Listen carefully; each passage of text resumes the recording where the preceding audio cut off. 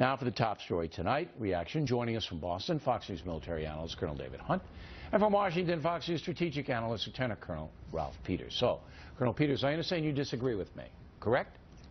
Well, Bill, I just don't think American exceptionalism should extend to helping al-Qaeda with our military. And look, you're absolutely right that Assad is despicable. He's a monster. He's a murderer. But you must put things in context. In Syria, now, as we speak, the two sides, on one side you have Assad, Hezbollah, Iran, horrible people. On the other side, it's increasingly dominated by al-Qaeda, Jabhat al-Nusra, and other Islamist extremists, you know, the team that brought you 9/11. Now, right now, in Syria, our enemies are killing each other. Why on earth, where in our Constitution does it say we should stop our enemies from killing each other? And by the way, I don't like either side in this, but I want somebody to tell me what tangible, strategic, or security benefit the United States gets from intervening in Syria. Obama wants to launch cruise missiles to redeem his personal, image. Be that as it may, you're overlooking the humanitarian issue of a violation of the Geneva Convention and the use of chemical weapons. If that is allowed to stand, forget about it. It's going to be used all over the world. What say you, Colonel Hunt? Yeah, the U.S. government, the British and the French have not confirmed the use of chemical weapons. Doctors Without Borders has. If it's confirmed, we're not still going to be sure who used the chemical weapons. Well, I mean, the delivery system, you know, the delivery system of the weapons is almost impossible that you could put it into the rebels or whatever you want to call them.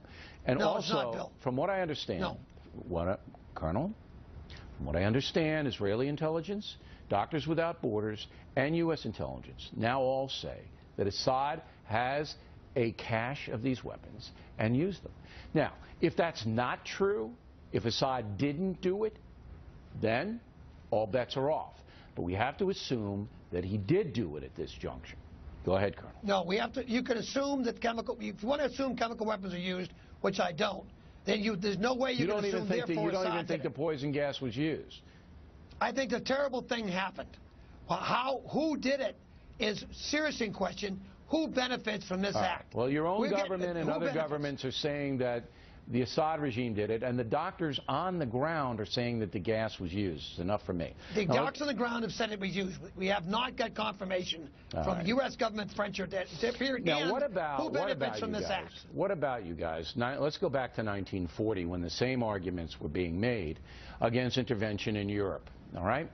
That you had a horrible person there, Hitler, who was doing all kinds of war crimes, committing all kinds of atrocities, and there were maybe 55% of the American public said just what you guys say.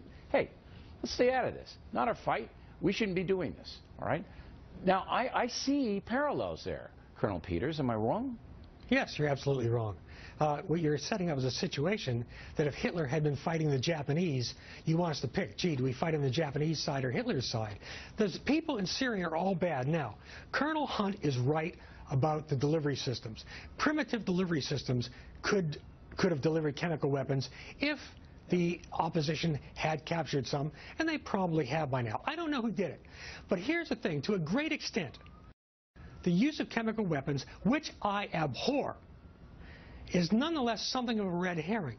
Because you talk about the Geneva and Hague Conventions, international conventions, all killing of civilians, all targeting of civilians is a war crime. But now we're talking about weapons of mass destruction. It's up to that level, and that's the reason we invaded Iraq. Would you want to do that again? Yeah, but no, and I said we cannot make the mistake. Bill,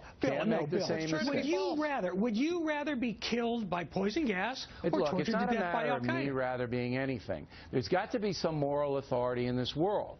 And if you allow this kind of an attack, and you guys are both saying you don't trust your own government, fine. And a lot of people watching will say, no, I'm just saying, look, Kerry was quite clear yesterday that the Assad government did it.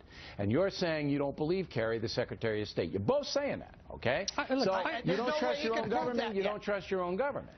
Go ahead, No, Hunt. Bill? Go ahead. Go ahead. There's no way that, look, we've been so wrong in the past. The national security team that's organizing this It comes back has down to not you just proved don't very trust strong. your own government. You don't. All right? And On if this you're issue, proven right... And we should not. All right. If you're And we proven should not. right and there's some kind of fixes in to get Assad, which I doubt because President Obama doesn't want to get anybody. He doesn't want to get anybody. I mean, Assad is forcing the issue. Obama's not a warrior. He doesn't want to go in and get him. He doesn't. Bill, I trust... All right, Hunt war in first, 12 then years. Peters, and then I'll wrap it. Go. Yeah, a third war in 12 years, and do it over Assad, Syria, that has al-Qaeda on one side and Hezbollah on the other, and the Russians, is not for us to do right now. We cannot do a third war in 12 years in the Middle East, period. All right, Colonel Peters? I trust my government. I do not trust President Obama's military judgment. I do not want Samantha Power, our UN ambassador, making the military policy of the United States. That's the government infrastructure right now, and you know it. All right, Barry.